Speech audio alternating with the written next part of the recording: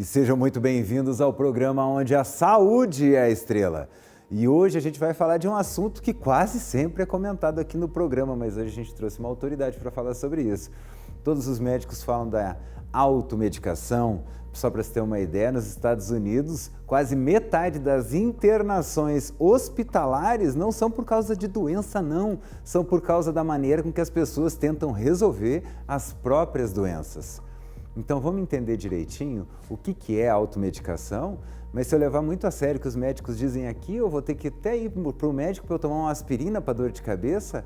Será que automedicação é isso? Qual que é a diferença entre automedicação e autocuidado? Vamos entender, mas só depois da vinheta. E eu estou aqui no estúdio com a presidente do Conselho Regional de Farmácia do Estado de Goiás, doutora Lorena Bahia. Seja muito bem-vinda. Muito obrigada, é um prazer muito grande estar aqui com vocês hoje para a gente falar desse tema que é tão importante e rico para a sociedade, que é a automedicação, e falar também do autocuidado, mostrando as diferenças. Eu acho que talvez seja o programa mais interessante para a gente prevenir idas desnecessárias ao hospital, de todos aqueles que a gente mostra aqui. Porque a gente recebe aqui urologistas, eles dizem 30% dos problemas renais é automedicação. Ou seja, 1 em cada 3 pessoas que vão parar no hospital, né? A pessoa vai parar no hospital. O que é? Tomei anti-inflamatório demais. Aí o gastro também fala, anti-inflamatório, problema no estômago. Quase 20% das internações estomacais por causa de remédio. E fora, tanto de remédio que a gente tem hoje, o tal, né? O excesso do paracetamol, daquele remedinho para dor, daquele remedinho para dormir, do remedinho para acordar. Que agora, né? Quais são os remédios da moda agora? Olha, a gente tem sempre aquela expectativa, uma esperança muito grande que é depositada no medicamento. Então, se eu tenho uma dor de cabeça, antes mesmo que eu conheça a origem dessa dor, eu quero o quê? Tirar aquele sintoma, tirar aquele sinal de mim.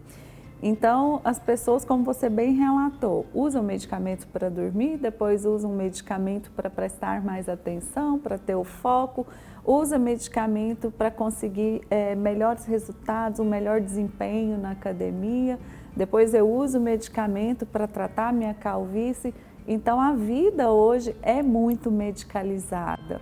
E o medicamento, embora ele tenha a finalidade ou de ser um adjuvante no diagnóstico, no caso dos contrastes, ou de prevenir alguma doença, no caso das vacinas, né? As vacinas são medicamentos, ou de curar, de aliviar sinais e sintomas, a gente não pode esquecer que eles são produtos que, ao serem utilizados para uma finalidade, podem apresentar reações adversas, efeitos colaterais, incluindo os quadros de intoxicação e o óbito.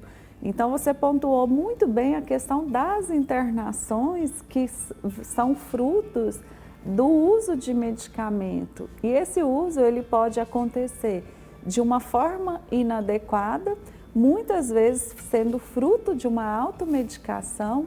Hoje em dia, a gente tem pesquisas que nos mostram que 90% da população brasileira é adepta à prática da automedicação. Sendo que dessa população, mais de 70% busca alguma informação, ou seja, busca fazer o seu autodiagnóstico e a automedicação no Google. E o Google é um espaço onde você tem informações diversificadas de várias fontes, fontes inclusive que não são confiáveis. E o que a gente sempre gosta de falar é o seguinte: olha, se você tem um sinal e sintoma de um transtorno menor de saúde, é importante que você conheça o seu corpo, o seu organismo e saiba o que é bom para você. Então, um exemplo que eu sempre dou são das mulheres. As mulheres, durante o período menstrual, sentiu aquele incômodo, aquela cólica. É uma mulher que frequentemente ela faz os seus exames anualmente, consulta o seu ginecologista, ela está tudo ok, tudo em dia, mas ela tem essa cólica. Então, o farmacêutico pode auxiliá-la na escolha de um medicamento que seja isento de prescrição. Para quê?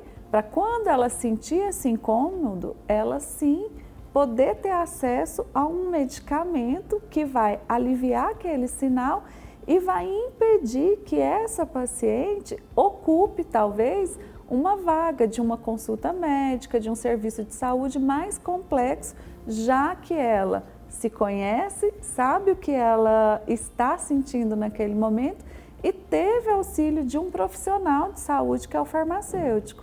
Hoje o farmacêutico ele está presente em todas as farmácias durante todo o horário de funcionamento. E ninguém precisa marcar horário para falar com esse profissional. Então, precisou de algum medicamento, tem dúvida, se oriente com o farmacêutico. E é claro, esse profissional faz a triagem também desse paciente para uma situação de saúde mais complexa, para um nível de atenção mais complexo com outros profissionais. Então é preciso que a gente se conheça e que a gente tenha responsabilidade no uso desses medicamentos para evitar essa série de reações que podem ser advindas do uso incorreto de medicamentos. Muito bom isso que a senhora comentou, que eu acho que é uma grande vitória. Duas grandes vitórias que a gente tem é de não vender remédio em supermercados. Esse lobby não conseguiu ainda vencer, de conseguir colocar em prateleira de supermercado para ser comprado como comida. Mas continuam tentando, por incrível que pareça. A luta é Essa eterna. luta é antiga. Eu me lembro na época de faculdade, 1993, já se falava nessa possibilidade. Então são projetos de lei que eles vêm, saem, voltam com outro nome. Espera trocar o Congresso. Exatamente. Ali, opa, renovou. Mas, agora o Alexandre Frota vai. O Alexandre Frota vai votar para mim. Então, né, de Ulisses Guimarães para Alexandre Frota, a gente diminuiu bastante o nível intelectual do Congresso, né? Sim. E sim, pode processar. Agora, o que você falou também, de ter um farmacêutico o tempo inteiro dentro da farmácia. Isso é muito importante, não é? Sim, o farmacêutico ele faz da farmácia um estabelecimento de saúde. Então, o farmacêutico ele é um profissional que ele está ali à disposição da sociedade, porque mais que o acesso à caixinha de medicamento, eu preciso de ter acesso às informações corretas para que esse uso aconteça de forma responsável e que eu tenha mais benefícios terapêuticos ao usar um medicamento do que reações adversas. Então, uma coisa que a gente precisa sempre considerar é a individualidade de cada um de nós. Então, eu preciso saber o que esse paciente, quais são as necessidades dele, quais são as comorbidades que ele tem. Ele é um paciente hipertenso, é um paciente diabético, é um paciente que tem alguma disfunção no fígado, é um paciente que tem problema renal. Porque para cada paciente existe um tratamento diferenciado. Eu não posso tratar todas as pessoas de forma igual. Eu preciso tratar as diferenças individuais. Então, isso é uma promoção que a gente fala de equidade. Você precisa de identificar as características de cada ser humano e tratar esse indivíduo na totalidade da necessidade dele. Então, o paracetamol, que é um produto de venda livre, se a gente for pensar em países como Canadá, nos Estados Unidos, na Europa, são países que não produzem paracetamol, que não consomem esse medicamento. Por quê? Ele é um medicamento hepatotóxico.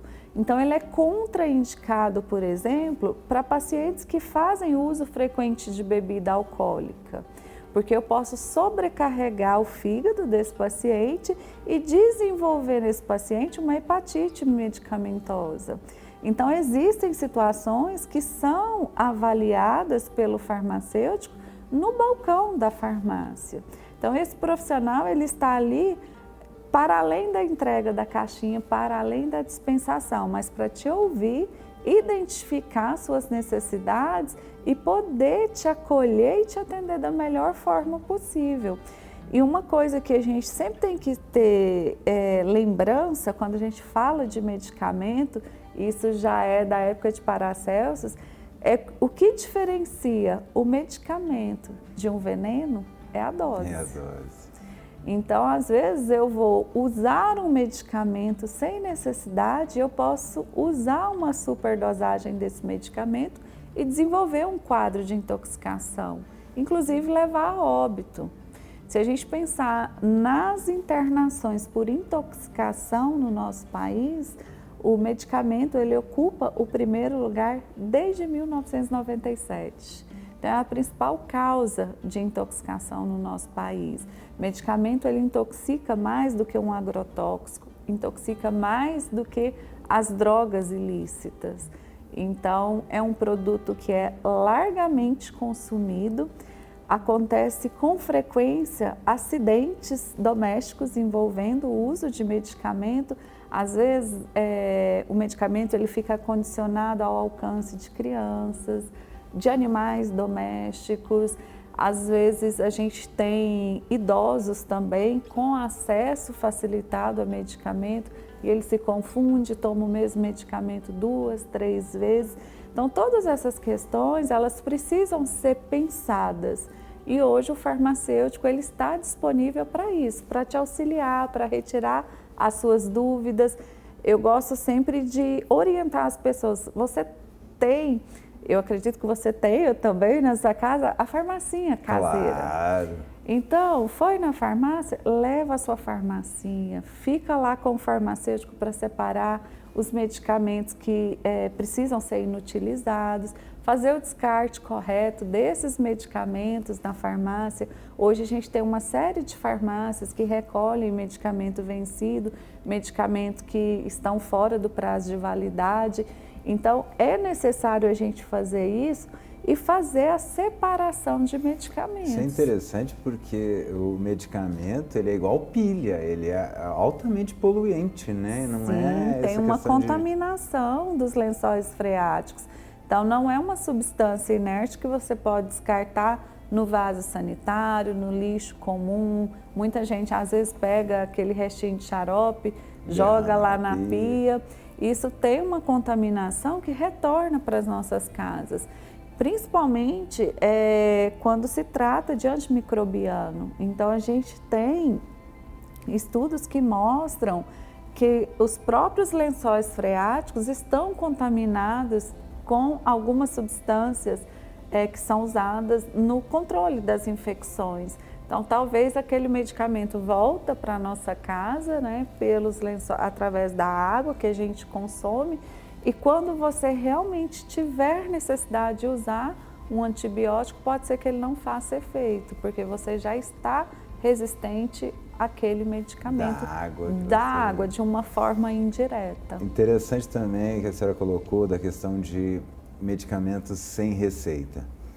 Paracetamol vendido livremente. E agora que a senhora falou da questão da toxicidade, me chamou a atenção que uma vez eu li que o paracetamol foi inventado em 1877. Sim. Mas ele começou a ser comercializado só em 1950 ali, 1953, se não me falha a memória. Quer dizer, quase 100 anos aí, 80 anos, para conseguir transformar o veneno em remédio. E a gente tem essa ideia de que só porque não precisa de receita, se não precisa de receita não vai fazer mal. Isso é verdade ou até que ponto? Por que o uso da receita? Por que o medicamento perigoso é vendido sem receita? Olha, os medicamentos que são isentos de prescrição, eles são dispensados sem apresentação da receita, então são medicamentos de venda livre. Mas são medicamentos que não são isentos de reações adversas. E aí há de se considerar a individualidade de cada um de nós. Então, se eu sou, por exemplo, uma paciente que eu tenho alguma disfunção renal, a minha filtração é diferente da sua, é diferente do nosso telespectador. Então, eu preciso de ter um olhar diferenciado para as minhas necessidades. Eu sou uma paciente, então, que não vou poder fazer uso de medicamentos com uma mesma frequência que você. Então, esse medicamento ele vai causar mais transtornos para mim do que benefícios. Então, existem outras terapias não farmacológicas que podem me ajudar a resolver os meus problemas, que não o medicamento. Então, o medicamento de venda livre, ele tem um potencial menor quando ele é comparado, por exemplo, com o medicamento tarja preta, que aí eu preciso daquela notificação de receita, aquela receita azul ou amarela, para adquirir o produto. Mas ele não é isento, ele tem os seus riscos sim, mas numa escala menor. Então, por isso que ele é vendido de forma livre. Mas não significa que eu não vou ter problemas, que eu posso usar à vontade. Não é dessa forma. E por que ataca tanto o fígado? O fígado sempre acaba sendo vítima das medicações. O fígado, ele é o nosso órgão responsável pelo metabolismo. Então, o medicamento, depois que ele é absorvido, ele precisa ser metabolizado para ser eliminado também, né, do nosso organismo. E aí tem essa passagem pelo fígado. E o fígado, ele é um órgão que ele trabalha também metabolizando outras substâncias. Então, se você toma aquela cervejinha no final de semana, o seu fígado também, ele é sobrecarregado para metabolizar o álcool, para minimizar os efeitos dele. Então, o medicamento, ele acaba competindo com a comida gordurosa que você ingere, com o álcool que você toma.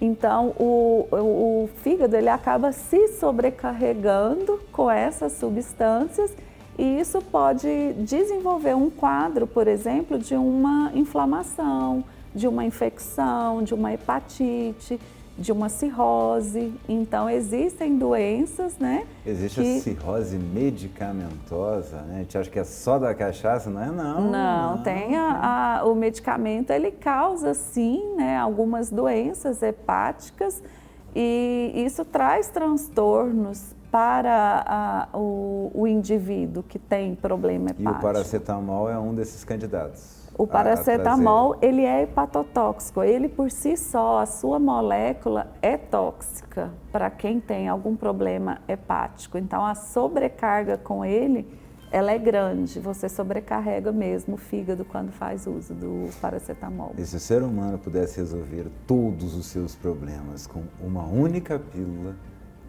ele faria. Tanto que já foi até escrito sobre isso, Admirável Mundo Novo, tinha lá o Soma. Né? A gente tem essa coisa, é o remedinho para dormir, o remedinho para acordar, é o remedinho para prestar atenção, o remedinho para passar a dor, remedinho... Como é que a gente trabalha isso? Agora que antigamente para você, né, você tinha que fazer, para você ter a saúde, você tinha que fazer exercício, hoje você toma remédio, você toma um Mounjaro de um lado, o Ozempic do outro, e a reposição de testosterona aqui já fica desse tamanho, como lidar com a mágica que o ser humano quer o tempo todo, de tomar uma pílula e resolver seus problemas? A vida, ela vem sendo medicalizada até mesmo pelas questões estéticas também. A gente não está falando só de saúde, mas por questões da estética, da beleza, da cobrança da sociedade, daquele padrão. Instagram. É instagramável. Então, eu vejo no Instagram, aquela blogueira anuncia que está tomando os cliques do Ozempic, eu preciso disso para ontem porque eu estou acima do peso. E aí começa aquele uso indiscriminado e sem o acompanhamento de um profissional. Isso é muito ruim, porque a gente percebe que cada vez mais pessoas que não têm necessidade de usar o medicamento estão tendo acesso ao medicamento e usando de uma forma desnecessária e sem acompanhamento de um profissional. Falando especificamente da semaglutida, da tirzepatida, que são as canetas emagrecedoras, os análogos do GLP-1, esses produtos são produtos que têm um potencial terapêutico muito bom. Então, você vê resultados concretos, você vê pessoas perdendo peso, melhorando seus índices glicêmicos, com correção de diabetes, hipertensão, de correções no quadro metabólico em geral. Isso é positivo.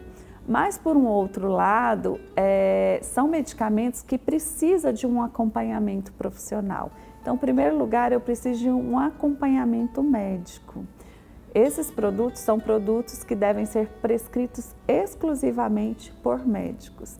Agora, a gente começou com uma novidade trazida pela Anvisa através de uma nova resolução, que é a RDC 973 de 2025, que classificou esses medicamentos como medicamentos de dispensação sujeita à retenção da receita. Então, agora eu preciso da receita médica e essa receita, a segunda via dela vai ficar retida na farmácia. Por que que está acontecendo isso? Porque esses medicamentos, como você bem destacou, eles vinham sendo usados numa larga escala, de forma indiscriminada, sem acompanhamento profissional. E esses medicamentos, eles têm um potencial terapêutico excelente, mas têm efeitos adversos também.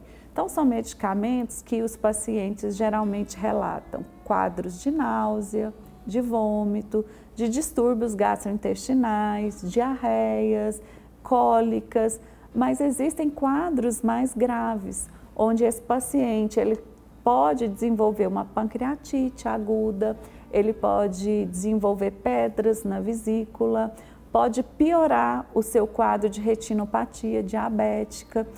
E quando ele é acompanhado por um médico, a chance disso acontecer é muito menor, porque o médico ele faz o quê? O escalonamento da dose. Então ele começa com uma dose terapêutica menor, então o paciente já começa a sentir os efeitos dos benefícios do uso do medicamento logo no início do tratamento, mas evitando esses quadros de toxicidade. Então ele fica ciente que ele pode ter uma náusea, que ele pode ter um quadro de diarreia, mas que ele tem um profissional para dar suporte nessa retaguarda. Ele tem um farmacêutico na farmácia que ele pode ir lá conversar com o farmacêutico e saber se realmente esse efeito é esperado, qual que é o aconselhamento, para saber se a dose que ele está administrando é a correta, saber se ele gira o dispositivo de aplicar da forma correta, como que ele coloca a agulha. Então, ele precisa de um acompanhamento profissional, até na aplicação. Eu falo que até no descarte do produto, porque a gente também não pode jogar no lixo doméstico, descartar seringas, descartar agulhas. Então, tem todo um cuidado que a sociedade precisa ter e que o farmacêutico ele precisa se apropriar desse conhecimento e desse último contato que o paciente tem com o profissional de saúde para orientá-lo, para informá-lo dessas questões, porque isso é importante para que ele também não abandone o tratamento. Sim. Sim? Então, assim, são ações que os profissionais de saúde desenvolvem para um cuidado mais efetivo com esse paciente. E mudança de hábito, né? Não adianta eu querer tomar a canetinha aqui só para... Agora eu vou poder fazer o que eu quiser, churrascaria todo dia, e não é assim que... Não resolve.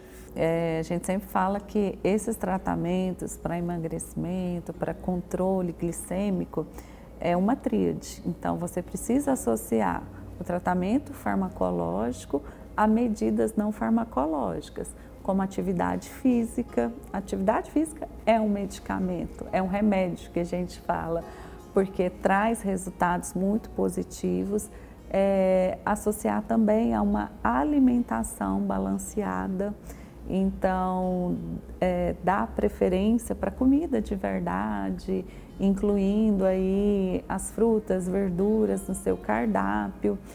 E uma outra coisa também que conta muito de forma positiva, que é um remédio, é redução do estresse.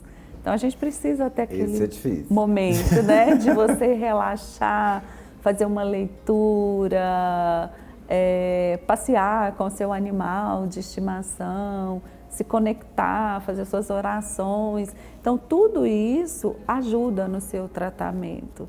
Não é só o medicamento que vai resolver tudo sozinho. Se você não fizer outras medidas não farmacológicas, com certeza atingir o objetivo final vai ser bem mais difícil.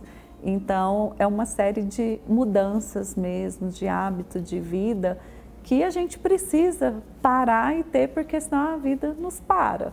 A vida fala, olha, não é assim. Você vai parar, rever os seus hábitos se você quer continuar a viver. É mais ou menos por aí. E a gente estava falando de hábito, né? Por exemplo, quando a gente sente uma coisinha comum, por exemplo, uma dorzinha de cabeça ali, ou deu um mau jeito em algum lugarzinho ali, eu tomar um remedinho que eu sei que funciona comigo. Isso é automedicação? Olha, a automedicação, ela pode ser benéfica para a gente, desde que você se conheça.